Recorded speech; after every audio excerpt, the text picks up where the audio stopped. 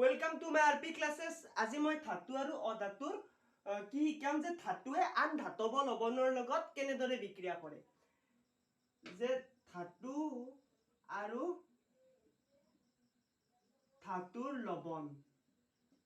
চোৱা এটা ধাতুৱে আন এটা ধাতুৰ লৱণৰ লগত কেনেধৰণে বিক্ৰিয়া কৰে এইটো শিকাৰ আগত তোমালোকক এটা বুকত এটা পৰীক্ষা কৰিবলৈ দিছে পৰীক্ষাটোত কি দিছে চোৱা এটা ধৰি লোৱা এটো এটা টেষ্ট টিউব ষ্টেণ্ড এটো এটা টেষ্ট টিউব ষ্টেণ্ড এইটো এটা টেষ্ট টিউব ষ্টেণ্ড ধৰি লোৱা এটো এটা টেষ্ট টিউব ষ্টেণ্ড এইটো এটা টেষ্ট টিউব ইয়াত আমাৰ কি ললে ধৰি লোৱা ইয়াত তোমাৰ কপাৰ সালফেট ঠিক আছে কপাৰ সালফেট আৰু কপাৰ সালফেট ললে আৰু ইয়াত আইৰন সালফেট ইয়াত কপাৰ সালফেট আৰু ইয়াত আইৰন সালফেটৰ সলিউশন ঠিক আছে ইয়াত কি আছে তামৰ ইয়াত তোমালোকৰ কিতাপত আছে যে সৰি এক মিনিট কি আছে ইয়াত কপাৰ সালফেট ঠিক আছে এইখিনি কপাৰ সালফেট এইখিনি কপাৰ সালফেট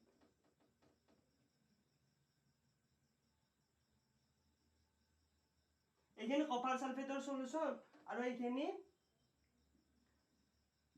আইৰনৰ এইখিনি কপাৰ সালফেটৰ আৰু এইখিনি আইৰনৰ ঠিক আছে নে আইৰন সালফেটৰ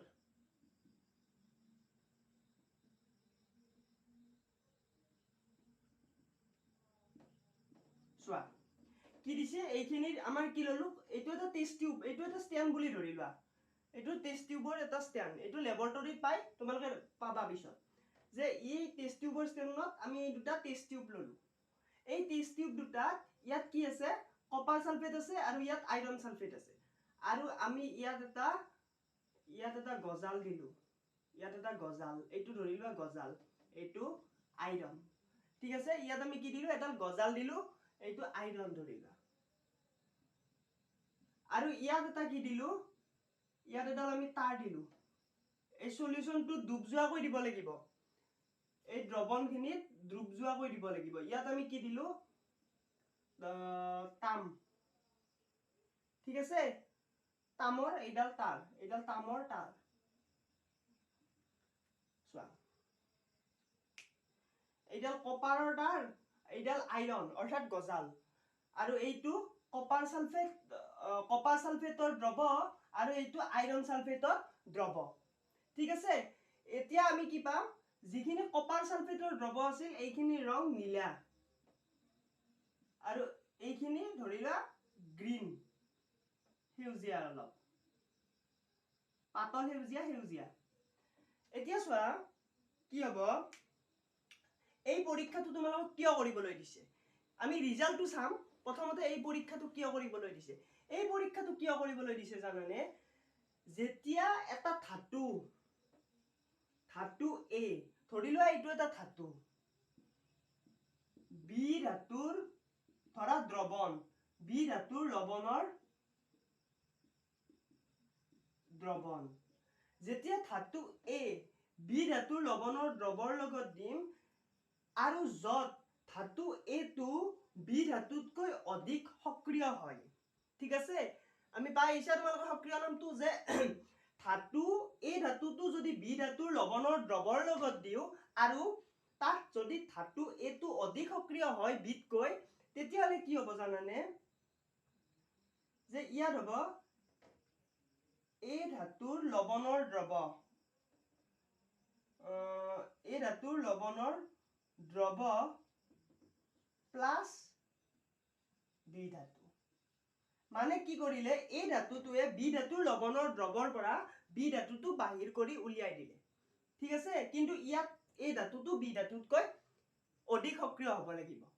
এতিয়া এই পৰীক্ষাটোত কি দিছে তোমালোকে এইটো মনত ৰাখিবা এইখিনি কথা মনত ৰাখিবা খালি ইয়াত শৰ্তটো কি এই ধাতুটো বি ধাতুতকৈ অধিক সক্ৰিয় হ'ব লাগিব তেতিয়া এই ধাতুটোৱে বি ধাতুৰ লৱণৰ দ্ৰৱৰ পৰা বি ধাতুটো উলিয়াই দিব পাৰে ইয়াতো কি দিছে যেতিয়া আমি এই বিক্ৰিয়াটো কৰিলো আইৰন এটা ধাতু কপাৰ এটা ধাতু ইয়াত আমি উলটা উলটি কৰি দিছো যে প্ৰথমতে কপাৰ সালফেটৰ দ্ৰৱত আইৰন দিছো আৰু আইৰন সালফেটৰ দ্ৰৱত কপাৰ দিছো তাম দিছো তাম তাম ঠিক আছে ঠিক আছে নে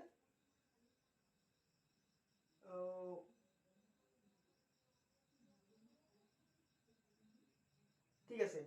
এতিয়া চাবা ইয়াত আমি কি কৰিলো প্ৰথমতে ইয়াৰ যিটো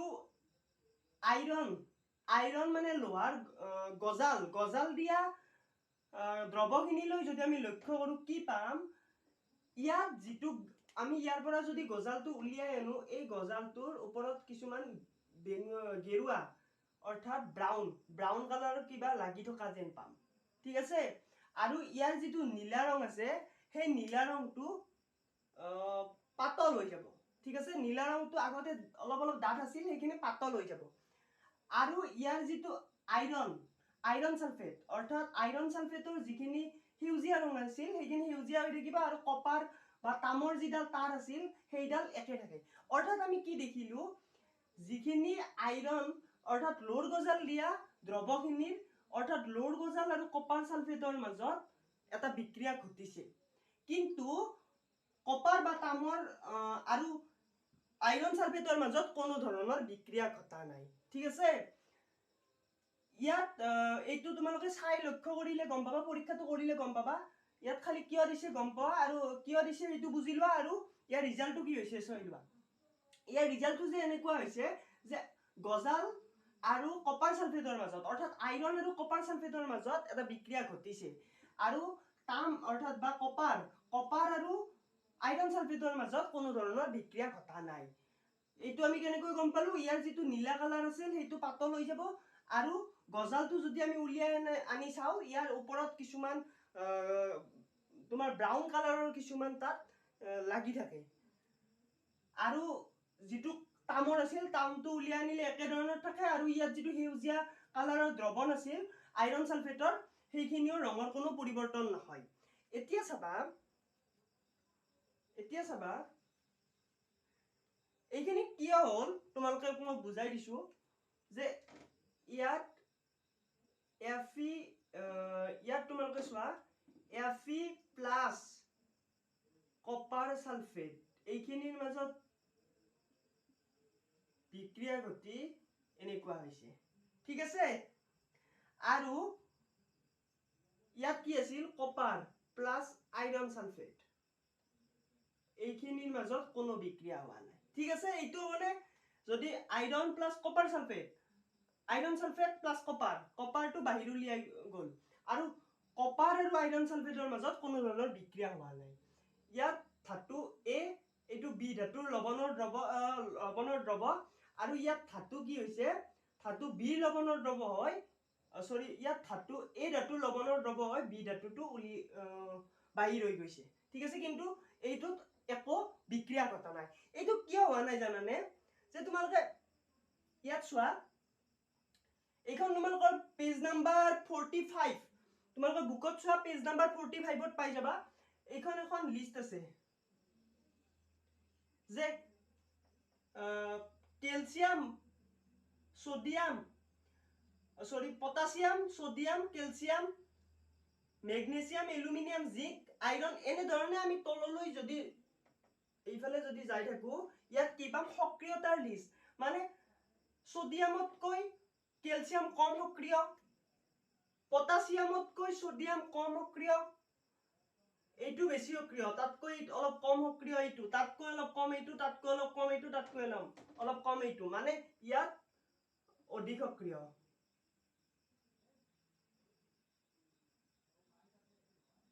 এইখিনি কম সক্ৰিয়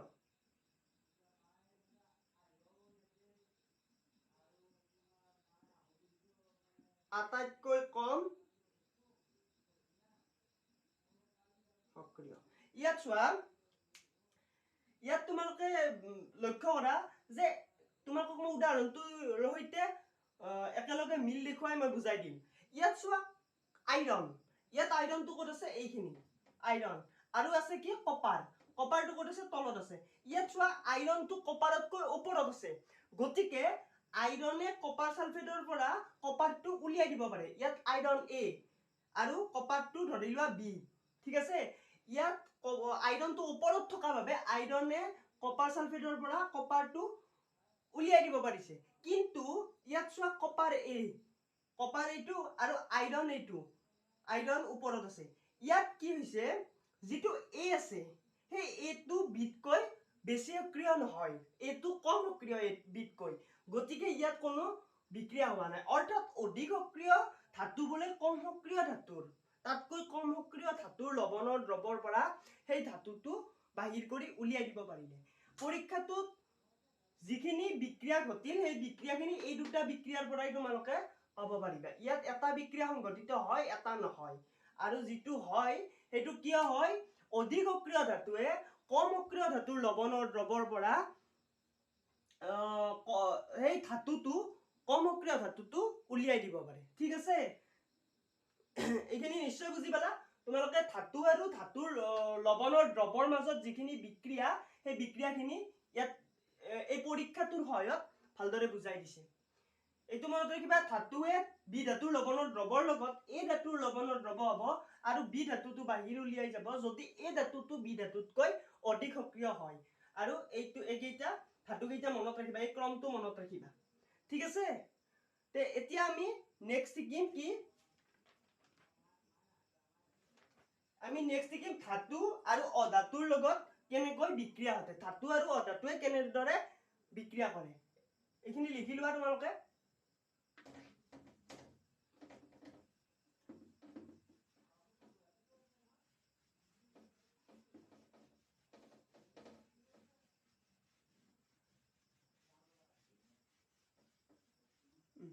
চোৱা এতিয়া আমি কি শিকিম ধাতু আৰু অধাতুৰ মাজত বিক্ৰিয়া এতিয়া চোৱা তোমালোকে জানা যে যিবোৰ সম্ভ্ৰান্ত গেছ আছে যে হিলিয়াম নিয়ন আৰ্গন ক্ৰিপ্টন সেইবোৰ জেনন সেই আটাইবোৰ সম্ভ্ৰান্ত গেছে তোমাৰ বিক্ৰিয়াত অংশগ্ৰহণ কৰিব নোৱাৰে কিয় নোৱাৰে তে চোৱা এই যিবোৰ সম্ভ্ৰান্ত গেছ আছে সম্ভ্ৰান্ত গেছবোৰৰ জৈৱতা কক্ষত ইলেক্ট্ৰনবোৰে অষ্টক ৰোল সম্পূৰ্ণ কৰি থাকে এটা যিকোনো এটা ধাতুৰ বা যিকোনো এটা মৌলৰ ধাতু নহয় মৌল বুলি কলো যিকোনো এটা মৌলৰ সক্ৰিয়তা কিহৰ ওপৰত নিৰ্ভৰ কৰে সক্ৰিয়তা কিহৰ ওপৰত নিৰ্ভৰ কৰে জানানে সক্ৰিয়তা নিৰ্ভৰ কৰে তোমাৰ তাৰ জৈৱতা কক্ষত অষ্টক সূত্ৰ তাৰ জৈৱতা কক্ষত ইলেক্ট্ৰনবোৰে অষ্টক সূত্ৰ বা জৈৱতা কক্ষটো সম্পূৰ্ণ কৰাৰ নাইবা অষ্টক ৰুল মানি চলাৰ প্ৰৱণতাৰ ওপৰত মানে এটা যিকোনো এটা ধৰি লোৱা এটা দুটা মৌল আছে এটা এ মৌল আছে এটা বি মৌল আছে এটা এ আছে এটা বি আছে এই মৌলটো যদি তাৰ বহিতম কক্ষত থকা ইলেক্ট্ৰন সম্পূৰ্ণ কৰাৰ প্ৰৱণতা বেছি তে ই বেছি সক্ৰিয় হ'ব যে আমি যে পাইছিলো তাৰ সক্ৰিয়তাটো যে ওপৰৰ কেইটা বেছি সক্ৰিয় তলৰ কেইটা কম সক্ৰিয় কিয় পাইছিলো যে যিকেইটা বেছি সক্ৰিয় তাৰ বহিতম কক্ষত থকা ইলেক্ট্ৰনে পৰমাণু অৰ্থাৎ ইহঁতৰ বহিতম কক্ষত থকা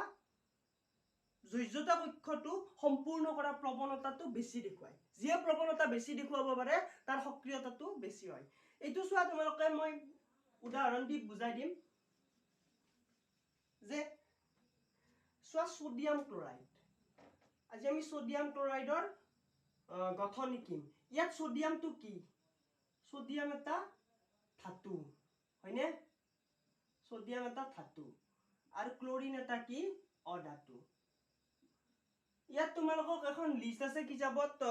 47 পেজত সম্ভ্ৰান্ত গেছ আছে হিলিয়াম নিয়ন আৰ্গন তাৰ পাছত আছে ধাতুবোৰ কি আছে sodium magnesium aluminium potassium calcium অধাতু আছে nitrogen oxygen fluorine phosphorus sulphur chlorine ঠিক আছে আমি এতিয়া কি চাম সোডিয়াম ক্লোৰাইডৰ বিন্দু গঠন তাত সোডিয়ামটো ধাতু আৰু ক্লোৰিনটো অধাতু আমি আজি ধাতু আৰু অধাতু মাজত বিক্ৰিয়া চাম ধাতু আৰু অধাতু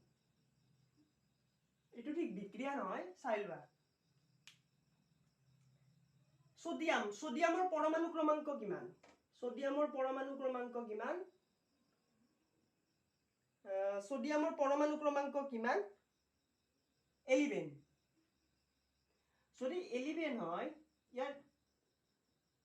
আমি কেনেকৈ লিখিব পাৰো যে কক্ষত যদি KLMN ব্যৱহাৰ কৰো আমি KLM ঠিক আছে ইয়াত দুটা থাকিব ইয়াত 8 থাকিব 10 এটা থাকিব এমত এটা থাকিব ঠিক আছে নে ঠিক আছে আৰু ক্লোৰিন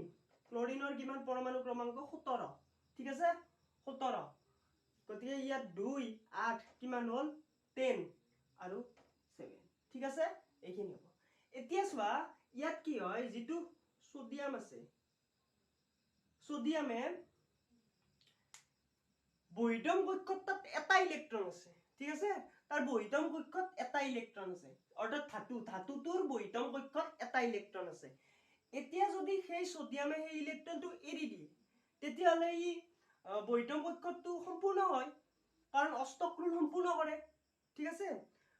অৰ্থাৎ জৈজতা কক্ষ সম্পূৰ্ণ হয় এতিয়া কি হ'ব যদি সোডিয়ামে চোৱা সোডিয়ামে যদি এটা ইলেক্ট্ৰন এৰি দিয়ে এটা ইলেক্ট্ৰন ইয়াত 2 8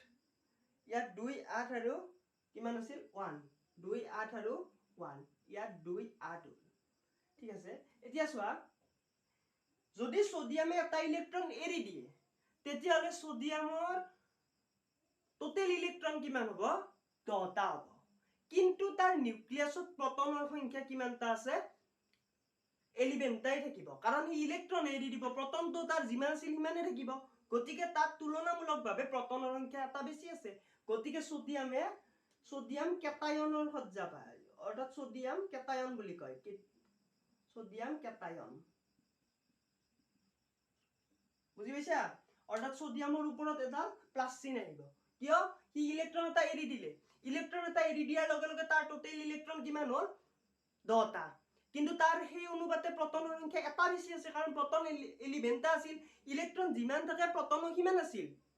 কিন্তু তাৰ এটা ইলেক্ট্ৰন এৰি দিয়াৰ বাবে প্ৰটন এটা বেছি হৈ থাকিল ঠিক আছে গতিকে ইয়াৰ প্ৰটন কেইটা থাকিল প্ৰটন 11টা থাকিল আৰু ইলেক্ট্ৰন তাৰ 8টা থাকিল 2 8 ইয়াত লিখিছো 2 8 1 কিয় সোডিয়ামটো আছিল আৰু ইয়াত এটা ইলেক্ট্ৰন এৰি দিলে প্লাস চিন হ'ল ঠিক আছে সোডিয়াম কেটায়ন এতিয়া চোৱা ক্লোৰিনে কি কৰিব জানানে ক্লোৰিনৰ আছিল বহিতম কক্ষত 7টা ইলেক্ট্ৰন কিন্তু ই 8টা কৰিব বিচাৰে 8টা কৰিব বিচাৰিলে ই এটা ইলেক্ট্ৰন ল'ব লাগিব যদি ই এটা ইলেক্ট্ৰন লয় চাবা যদি ই এটা ইলেক্ট্ৰন লয় কি হ'ব ইয়াত 2 8 7 আছিল ক্লোৰিন নিগেটিভ মানে কি হ'ল তাৰ এটা প্ৰটনতকৈ এটা ইলেক্ট্ৰন বেছি হৈ থাকিল এটো কি হ'ব ক্লোৰিন এনায়ন ঠিক আছে নে ক্লোৰাইড সৰি ক্লোৰিন লিখিছো ক্লোৰিন নহয় ৰে ক্লোৰাইড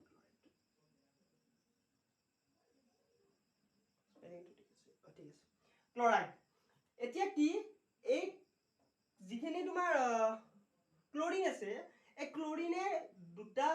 8টা 7টা আছিল ই এটা ইলেক্ট্ৰন যদি লয় ইও তাৰ জৈজতা কক্ষটো সম্পূৰ্ণ কৰে যদি সম্পূৰ্ণ কৰিব লাগে তেতিয়া হলে তাৰ এটা ইলেক্ট্ৰন এতিয়া হল তাৰ 18টা টোটাল 18টা কিন্তু তাৰ প্ৰটন আছে 17টা গতিকে এটা ইলেক্ট্ৰন বেছি হৈ থাকিল যদি বেছি হৈ থাকে ই এটা ওপৰত নেগেটিভ চাৰ্জ জাল পাব মানে ই এনায়ন হ'ব ঠিক আছে এইখিনি বুজি পালা এতিয়া চোৱা এতিয়া কি হ'ব জানানে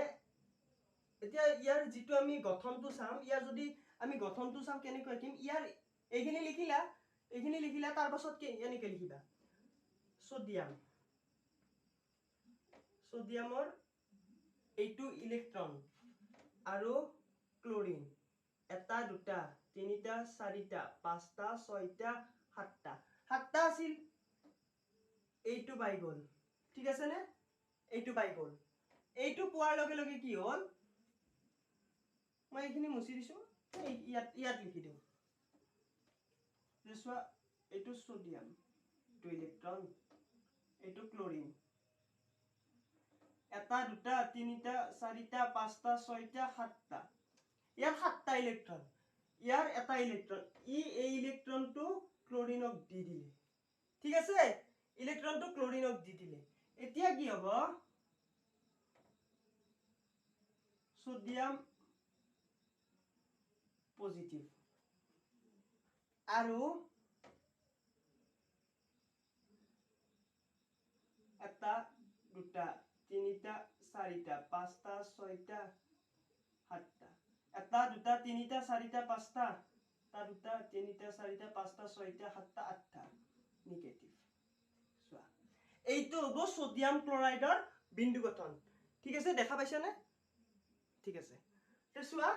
প্ৰথমতে কি হ'ল সোডিয়ামে এটা ইলেক্ট্ৰন এৰি দিলে অৰ্থাৎ ধাতুটো এটা ইলেক্ট্ৰন এৰি দিলে আৰু অধাতুটোৱে সেই ধাতুটোৱে এৰি দিয়া ইলেক্ট্ৰনটো গ্ৰহণ কৰিলে গ্ৰহণ কৰি হি সোডিয়াম ক্লোৰাইড গঠন কৰিলে এতিয়া চাবা যিটো সোডিয়াম ক্লোৰাইডৰ মাজত তোমালোকে ভাবিছা বান্ধনী সৃষ্টি হৈছে ইয়াত একো বান্ধনী সৃষ্টি হোৱা নাই ইয়াত কি হৈছে সোডিয়ামটো এটা কেটায়ন হৈছে আৰু ক্লোৰিনটো এনায়ন হৈছে সেই কেটায়ন আৰু এনায়ন অৰ্থাৎ পজিটিভ আৰু নিগেটিভ চাৰ্জৰ মাজত অৰ্থাৎ এডাল প্লাস চিন আৰু নিগেটিভ মাইনাস চিনৰ মাজত যেতিয়া এটা আকৰ্ষণীয় বল হয় এই আকৰ্ষণীয় বলটোক কি বুলি কয় জানানে বিদ্যুৎ আকৰ্ষণীয় বল ইয়াত দৃঢ় বিদ্যুৎ আকৰ্ষণীয় বলৰ দ্বাৰা সোডিয়াম আৰু ক্লোৰিন একেলগে লগ লাগি থাকে ইয়াত বান্ধনী নহয় এটো এটা বলৰ সহায়ত লগ লাগি থাকে ঠিক আছে এনেদৰে সোডিয়াম ক্লোৰাইড গঠন হয় ইয়াত তোমাৰ কি জানানে সোডিয়াম ক্লোৰাইড ইয়াত লিখি দিছে যে অণু হিচাপে নাথাকে বৰং বিপৰীত আধানযুক্ত আধানৰ পুঞ্জ হিচাপে থাকে সোডিয়াম ক্লোৰাইড অণু হিচাপে নাথাকে ইয়াত বিপৰীত আধানযুক্ত আধানৰ পুঞ্জ হিচাপে থাকে এগ্ৰিগেট হৈ থাকে ঠিক আছে ইয়াত কোনো বান্ধনী সৃষ্টি হোৱা নাই ইয়াত প্লাস চিন আৰু মাইনাস চিনৰ মাজত এটা আকৰ্ষণীয় বল দৃঢ় বিদ্যুৎ আকৰ্ষণীয় বলৰ সহায়ত ই লগ লাগি থাকে এনেকৈ সোডিয়াম ক্লোৰাইড গঠন হয় এতিয়া এটো ধাতু আৰু অধাতু সোডিয়ামটো ধাতু ক্লোৰিনটো অধাতু ধাতুটোৰ পৰা অধাতুটোৱে ইলেক্ট্ৰন লৈ সোডিয়াম ক্লোৰাইড গঠন কৰিছে এতিয়া আমি আৰু এটা উদাহৰণ চাও যে মেগনেছিয়াম ক্লোৰাইড ঠিক আছে এখানে মই মুছি দিছো তোমালোকে লিখি লোৱা এইবোৰ হল ধাতু আৰু অধাতুৰ মাজত যেতিয়া ধাতু আৰু অধাতুৰ মাজত বিক্ৰিয়া হয় এইটো বিক্ৰিয়া ঠিক নহয় তথাপিতো বিক্ৰিয়া বুলি কম যেহেতু লগ লাগিছে এতিয়া চোৱা আমি চাম মেগনেছিয়াম ক্লোৰাইড MgCl2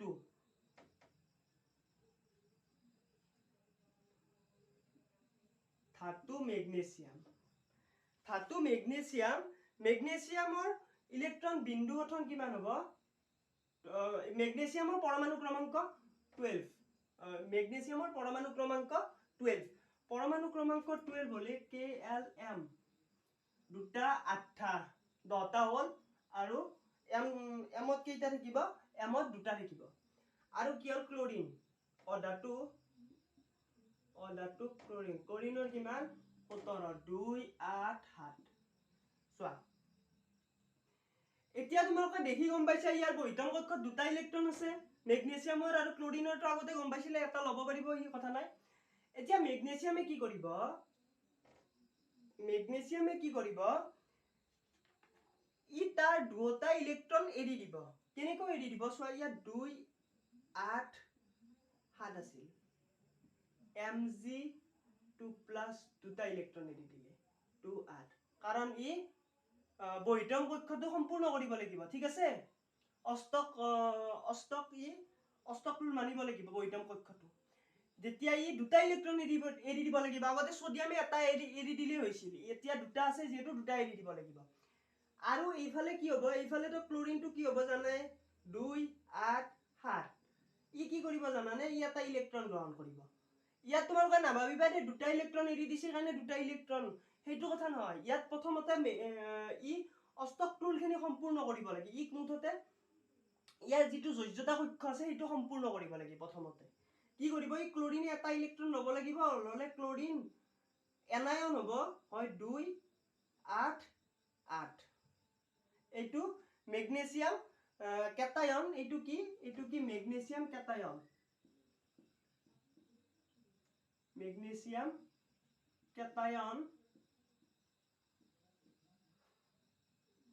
এইটো তো জানাই ক্লোৰিন এনায়ন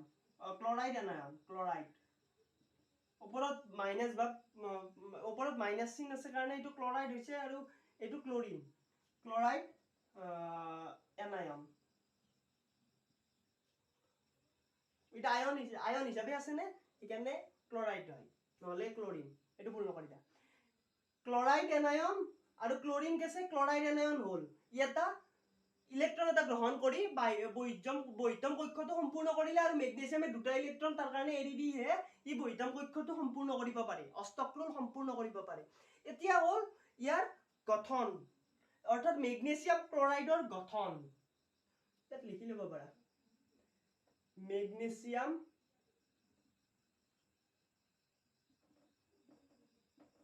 ক্লোৰাইডৰ গঠন মেগনেছিয়াম ক্লোৰাইডৰ গঠন এতিয়া কি হ'ব জানানে এইটো মেগনেছিয়াম ঠিক আছে এইটো মেগনেছিয়াম এতিয়া চোৱা ইয়াৰ কি আমি মেগনেছিয়ামৰ দুটা ইলেক্ট্ৰন থাকে ঠিক আছে মেগনেছিয়ামৰ দুটা ইলেক্ট্ৰন আছে অৰ্থাৎ মেগনেছিয়ামৰ দুটা ইলেক্ট্ৰন ই ডোনেট কৰিব এতিয়া কি কৰিম ই কি কৰিব জানানে ই মেগনেছিয়ামে আগতে কি আছিল সোডিয়ামৰ এটা ইলেক্ট্ৰন ডোনেট কৰিছিল সেই ইলেক্ট্ৰনটো ক্লোৰিনক দি দিছিল এতিয়াতো মেগনেছিয়ামৰ দুটা ইলেক্ট্ৰন আছে আৰু এটা ক্লোৰিনে এটা ইলেক্ট্ৰন ল'ব পাৰে গতিকে কি কৰিব জানানে ইয়াৰ এটা ইলেক্ট্ৰন এটা ক্লোৰিনক দিব আৰু আনটো ইলেক্ট্ৰন আনটো ক্লোৰিনক দিব ঠিক আছে বাকি ক্লোৰিনৰ কেইটা আছিল 7টা ইলেক্ট্ৰন আছিল ইয়াৰ দুটা এটা দুটা তিনিটা চাৰিটা পাঁচটা ছয়টা সাতটা এটা দুটা তিনিটা চাৰিটা পাঁচটা ছয়টা সাতটা ঠিক আছে এতিয়া চোৱা এতিয়া এইটো আমি কেনেকৈ লিখিম যে মেগনেছিয়াম 2+ আৰু ক্লোৰিন এটা ইলেক্ট্ৰন এইটো লোৱা ইলেক্ট্ৰনটো ধাতুটোৰ পৰা যিটো ইলেক্ট্ৰন লৈছিল এইটো ডটটোৰে বুজাইছো বাকি ক্লোৰিনৰ নিজা ইলেক্ট্ৰন 7টা থাকিব লাগিব এটা দুটা তিনিটা চাৰিটা পাঁচটা ছয়টা সাতটা আঠটা টোটেল 8টা ইয়াত এটা মাইনাস আৰু দুটা ক্লোৰিন আছে যেহেতু ইয়াত 2 দিম তে ঠিক আছে ইয়াত কি কৰিলে মেগনেছিয়ামে দুটা ইলেক্ট্ৰন এৰি দিছিল সেই দুটা ইলেক্ট্ৰন তাৰ দুটা ক্লোৰিনে ললে এটা ক্লোৰিনে এটা ইলেক্ট্ৰন কৈ ললে আৰু লৈ MgCl2 গঠন কৰিলে ইয়াৰ Mg2+ এটা হ'ব কাৰণ ই দুটা ইলেক্ট্ৰন এৰি দিছে আৰু ক্লোৰিন এটা ক্লোৰিনে এটা ইলেক্ট্ৰন কৈ লৈছে গতিকে ইয়াত মাইনাস হ'ব এইটো এনায়ন ঠিক আছে আৰু ইয়াত 2 হ'ব মানে ক্লোৰিন MgCl ত ক্লোৰিন দুটা থাকে এইটো হ'ব ইয়াৰ গঠন মেগনেছিয়াম ক্লোৰাইডৰ এইটো হ'ব গঠন এতিয়া চোৱা যিবোৰ যৌগত তোমালোকৰ বুকত আছে 48 পেজত যে যিবোৰ যৌগত ধাতুৰ পৰা অধাতুলৈ ইলেক্ট্ৰন স্থানান্তৰিত হয় সেইবোৰ যৌগক কি বুলি কয় আয়নীয় যৌগ নাইবা ইলেক্ট্ৰযোজী যৌগ বুলি কয় মানে ইয়াত কি হয় এইটো ধাতুটোৰ পৰা অধাতুলৈ ইলেক্ট্ৰনৰ স্থানান্তৰিত হয় যদি ইলেক্ট্ৰনৰ স্থানান্তৰিত হয় সৃষ্টি হোৱা যৌগটোক কি বুলি কম যেটো যৌগ হেতুক আমি আয়নীয় যৌগ বুলি কম মনত ৰাখিবা এইটো শব্দ আয়নীয় যৌগ sodium chloride MgCl magnesium chloride MgCl2 এইবোৰ হ'ব আয়নীয় যৌগ মানে আয়নীয় যৌগ কি যিবোৰ যৌগত ধাতুৰ পৰা অধাতুলৈ ইলেক্ট্ৰনৰ স্থানান্তৰিত হয় নাইবা ইলেক্ট্ৰনৰ স্থানান্তৰিত হৈ ধাতুৰ পৰা অধাতুলৈ ইলেক্ট্ৰন স্থানান্তৰিত হৈ সৃষ্টি হোৱা যৌগবোৰক আমি আয়নীয় যৌগ নাইবা ইলেক্ট্ৰযোজী যৌগ বুলি কওঁ ঠিক আছে ইয়াত তোমালোকক মই আজি ধাতু আৰু অধাতুৰ গঠন বিলাক MgCl NaCl এইবোৰৰ গঠনবোৰ দেখুৱাই দিলো ইয়াৰ নেক্সট ক্লাছটোত আমি কি কৰিম আমি আয়নীয় যৌগবোৰৰ ধৰ্ম শিকিম তে ধন্যবাদ